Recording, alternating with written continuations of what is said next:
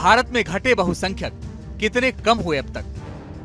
देश में चुनावी बयार बह रही है। राजनीतिक दल एक दूसरे पर आरोप प्रत्यारोप के सहारे जीत का रास्ता बना रहे हैं और इन आरोप प्रत्यारोपों की फिजा में जो विषय इन दिनों सबसे ज्यादा तैर रहा है वह है कांग्रेस का मुस्लिमों को आरक्षण देने का वादा, जिसे बीजेपी एक तरह से मुस्लिमों को आरक्षण देकर बहुसंख्यकों के हक को मारने के रूप में प्रचारित कर रही है। लेकिन इसी माहौल में एक ऐसी स्टडी रिपोर्ट आई है जिसने देश का अचानक माहौल बदल दिया है। ये रिपोर्ट है प्रधानमंत्री की आर्थिक सलाहकार परिषद यानी EAC-PM की। ये स्टडी संविधान लागू होने से 65 वर्ष के बीच की है, जिसमें अंतिम जनगणना तक के आंकड़ों और सामाजिक प्रगति की वजह से मिली रजिस्टर्ड संख्या को शामिल करते हुए विश्व के देशों से तुलनात्मक अध्ययन किया गया है और फिर से एक रिपोर्ट के रूप में प्रकाशित किया गया है, जिसमें पता चलता है कि भारत की बहुसंख्यक आबादी घटी है। EAC-PM की स्टडी 1950 से 2015 तक 65 वर्षों की है, जिसमें बताया गया है कि इन 65 वर्षों के दरमियान हिंदुओं की आबादी घटी है, जबकि इन्हीं 65 वर्षों के दरमियान पड़ोसी देशों की बहुसंख्यक आबादी में जबरदस्त उछाल आया है। इनमें सबसे ज्यादा बहुसंख्यक आबादी बांग्लादेश में बढ़ी है। वैश्विक स्तर पर कैसा है आबादी का अनुपात, ये भी हम जानेंगे, लेकिन पहले भारत की आबादी का गणित समझ लीजिए, जो जनसंख्या के आंकड़े और इस स्टडी में शामिल किए गए तथ्यों से मिले हैं। रिपोर्ट में दावा है कि 65 वर्षों में भारत में हिंदुओं की आबादी 7.8% घटी है, वहीं मुस्लिमों की आबादी इन्हीं 65 वर्षों में 43.15% बढ़ गई है। इनके अलावा ईसाइयों की आबादी 5.38% और सिखों की जनसंख्या में 6.58% का इजाफा हुआ है। यानी लोकतांत्रिक प्रक्रिया से चलने वाले देश भारत में मुसलमानों को लेकर जो राजनीतिक डर बनाया जा रहा है वो सिर्फ एक भ्रम है। सच्चाई इससे बिल्कुल अलग है। इसे 1950 की आबादी की 2015 में मिले आंकड़े से तुलना के आधार पर समझिए।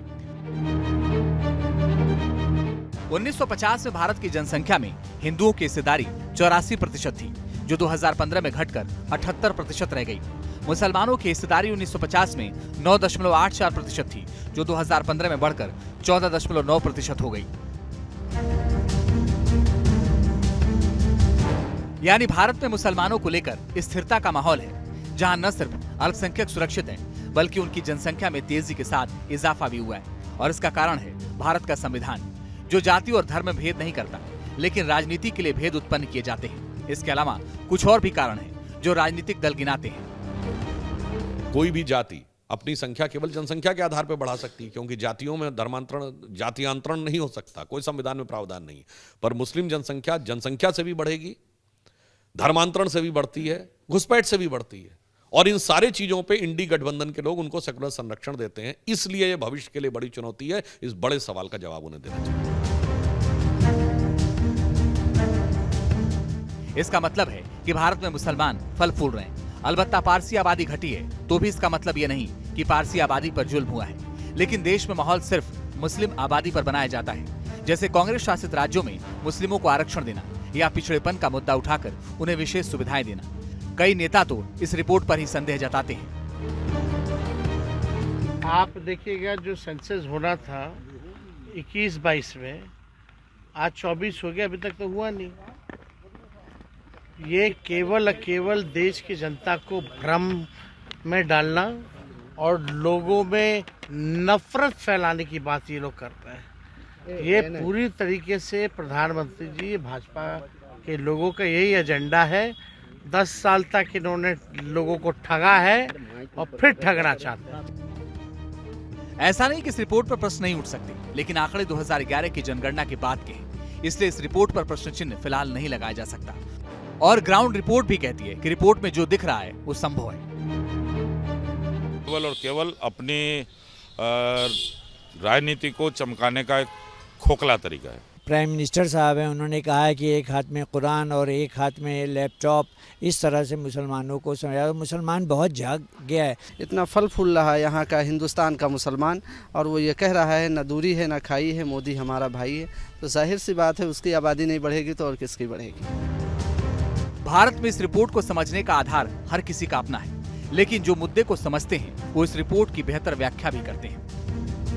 ये तो एक तरह से आप कह सकते हैं आंकड़ों का ही विश्लेषण है, लेकिन सामाजिक और सांस्कृतिक और धार्मिक स्तर पर इसका जो फर्क पड़ेगा वो ज़रूर सोचने का विषय है, क्योंकि आगे आने वाले हम कह सकते हैं कि करीब 20-25 सालों में 2050 तक जिस तरह की अन्य स्टडीज़ भी आई हैं कि ये आबादी इसी अनुपात में बढ़ेगी और घटेगी, तब पूरे देश का जो एक डेमोग्राफिक कॉम्बिनेशन है वो बिल्कुल ही अलग हो सकता है, और उस समय देश में जो भी एक राजनीतिक माहौल होगा उस पर भी इसका असर पड़ेगा। इस रिपोर्ट के चुनावी माहौल के बीच में आने पर प्रश्न हो सकता है, लेकिन आंकड़ों पर प्रश्न उठना संभव नहीं है, क्योंकि इस तरह की रिपोर्ट हर सरकार में बनती है।